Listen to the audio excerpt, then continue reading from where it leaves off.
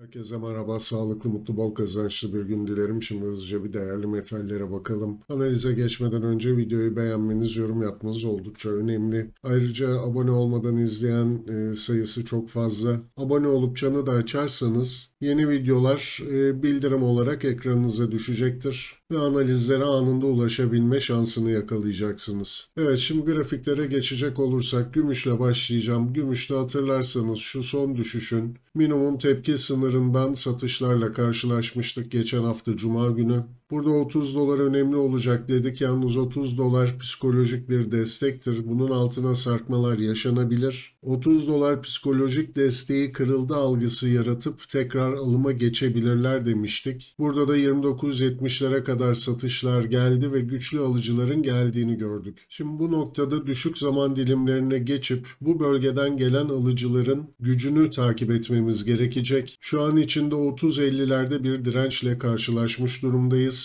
Bu 30.50 direnci geçilmediği takdirde bakın burada düşen tepeler oluşacak ve 30 doların kırılma ihtimali güçlenmiş olacak. Ancak 30.50 üstü kapanışlar bugün almaya başladığımızda bu Amerika saatiyle daha da netleşecektir. Tekrar 31 dolarların kırılma ihtimali bu sefer gündeme gelecek. Açıkçası şu yatay bant içerisinde yapılacak işlemler yüksek riskli işlemler olacaktır. Daha düşük zaman dilimlerinde grafik takibi yapamıyorsanız, hedef belirleme, stop koyma stratejilerini bilmiyorsanız bu bölgede işlem yapmak sıkıntılı olacaktır. Yukarıda 31 dolar üstü yükseliş, aşağıda da 29.90, 30 dolar altı kapanışlarda düşüş yönlü işlem açmak daha sağlıklı olacaktır. Bu yatay bantta sert hareketler yaşanabilir. Özellikle bugün Amerika saatine dikkat edeceğiz. Buradan ons altına geçecek olursak ons altında da çift tepe riskinden bahsediyoruz. Yukarıda 2790 geçilmediği sürece burada bu çift tepe riski gündemde olacak. Aşağıda ise 2720-2710 bölgesini takip ediyoruz. Bu bölgenin kırılması bir düzeltme sürecinin başlangıcı anlamına gelecek ve 2629'lara kadar bu düşüşler normal karşılanmalı. Bu son yükselişin maksimum düzeltme sınırıdır. Ancak 2629 altı kapanışlar almaya başlıyorsak bu çift tepenin aktif olma yani 2536'nın kırılma ihtimali bu sefer güçlenmiş olacak. O nedenle 2700 altındaki hareketlerde risk azaltmak çok önemlidir. Özellikle geçtiğimiz şu son dönemde bakın şu düşüş sürecinde çok fazla mesaj aldım. İşte evinin parasını altına yatıranlar,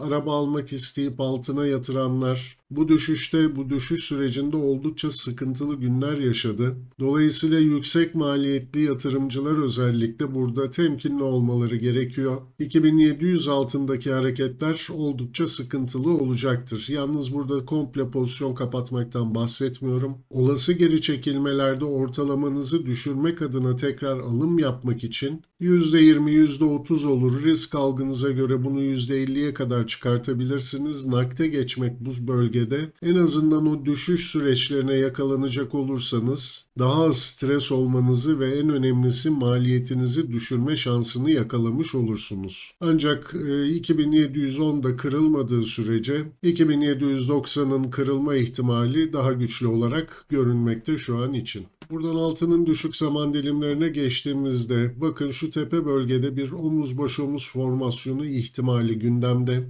Bazı analistler bu sağ tarafta oluşan dibin sol taraftaki dibin altına inmiş olmasından dolayı bu formasyonun geçersiz olduğunu söyleyeceklerdir. Bu tür şeylere çok fazla aldanmamanızı tavsiye ederim. Sonuçta bakın RSI'da bu omuz baş omuz formasyonunu destekler durumda. Şurada bir negatif uyumsuzluk var. Ancak tabi bu formasyonun aktif olduğunu söyleyebilmemiz için aşağıda 2724'ün kırıldığını görmemiz gerekir. Bu tarz bir kırılım gelecek olursa da 2588'den başlayan şu yükselişin %50 düzeltme sınırına kadar bir düşüş beklenir. Bu da 2685-2680 bölgesi olacak. Bu tarz bir düşüş gelecek olursa yani 2724'ler kırılacak olursa aşağıda 2660-2650 bölgesi maksimum düzeltme sınırımızdır. Bu bölge korunduğu sürece bu yükselişin düzeltmesini yaptık ve yükselişe devam ediyoruz diyeceğimiz bir süreç yaşanır. Yalnız 2650 altındaki kapanışlar 2500 2500'lerin bakın şu çift tepenin aktif olup 2500'lerin kırılma ihtimalinin güçlendiği bir süreci gösterecektir. İşte bu nedenle diyorum yani yüksek maliyetliler bu bölgede bir miktar risk azaltırlarsa sonuçta pozisyonu tamamen kapatmadığınız için 2790'ların kırılması durumunda gene kar almaya devam edeceksiniz ancak olası geri dönüşlerde orta uzun vade için maliyetinizi aşağıya çekme gücünü kazanmış olacaksınız. Sonuçta her zaman beklenmedik durumlara karşı kenarda bir miktar nakdimiz her zaman olmalı. Buradan platine geçecek olursak platinde de bakın şu son düşüşün maksimum tepkisini verdik ve tekrar bir düzeltme sürecine girdik aslında. Şu yükselişin düzeltmesini yaşadık. Bu maksimum düzeltme sınırından da tekrar güçlü bir alım geldi. Fakat yukarıda 990 geçilmediği sürece şu alan oldukça sıkıntılı bir alan olacak. Aşağıda 920'lerin kırılma ihtimalini gündemde tutacak bir hareket olur bu. 920 kırılacak olursa da bakın düşen tepelerden dolayı düşen dipler beklentimiz olacak. Dolayısıyla 895'lerin kırılma ihtimali gündeme gelir. O nedenle bu bölgeyi düşük zaman dilimlerinden takip etmemiz gerekecek. Bakın şu son düzeltme olarak gördüğümüz 895'ten başlayan yükselişin düzeltmesi olarak gördüğümüz hareket sonrası gelen tepki de şu düşüşün bir ara direnci olan bölgeden 975-972'lerden satış aldı. Gelen bu satışlar da şu son yükselişin düzeltmesi olarak kalıyor. Dolayısıyla burada bir sıkışma süreci yaşıyoruz. Burada takip edilmesi gereken seviyeler geçen sefer de söylemiştim. Geçen analizde de bahsetmiştim. 940 çok önemli olacak diye.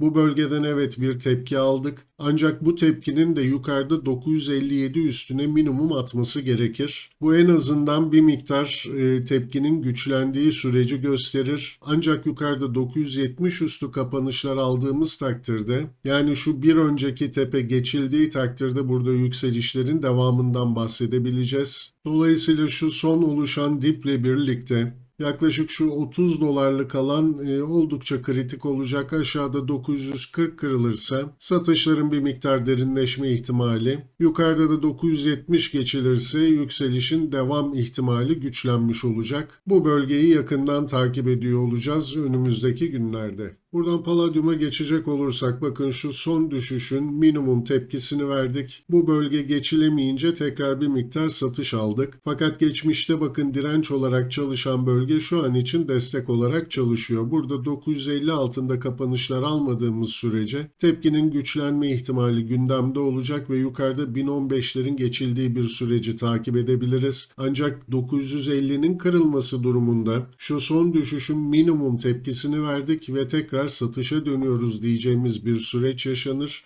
Bu takdirde de 897-869 bölgesi çok önemli olacak. Ancak şu düşen tepeler sebebiyle burada bu desteğin kırılma ihtimali güçlenecek ve 809-810 bölgesini takip ediyor olacağız. Bu da zaten uzun zamandır takip ettiğimiz şu yatay bandın desteğine doğru bir geri çekilme sürecini gösterecek. Ancak bugün için aşağıda 950'yi yakından takip ediyor olacağız. Palladium'un düşük zaman dilimlerine geçtiğimizde de şu destek bölgesi önemli olacaktı. 969-963 bölgesi şu son yükselişin düzeltmesinden daha güçlü satışların geldiğini gösterecek bir bölgeydi. Bu bölgenin kırılmasıyla birlikte artık bir düzeltme sürecinden çıktığımızı ve aşağıda 933'lere kadar minimum satışların devamını bekleyeceğimiz bir süreç yaşanır. Bugün içinde bu kırılan destek bölgesi direnç olarak çalışacak mı? Bunu takip edeceğiz. Ancak bu direnç bölgesinin üstüne atması yeterli olmayacak. Çünkü bakın bu destek bölgesi kırılmadan önce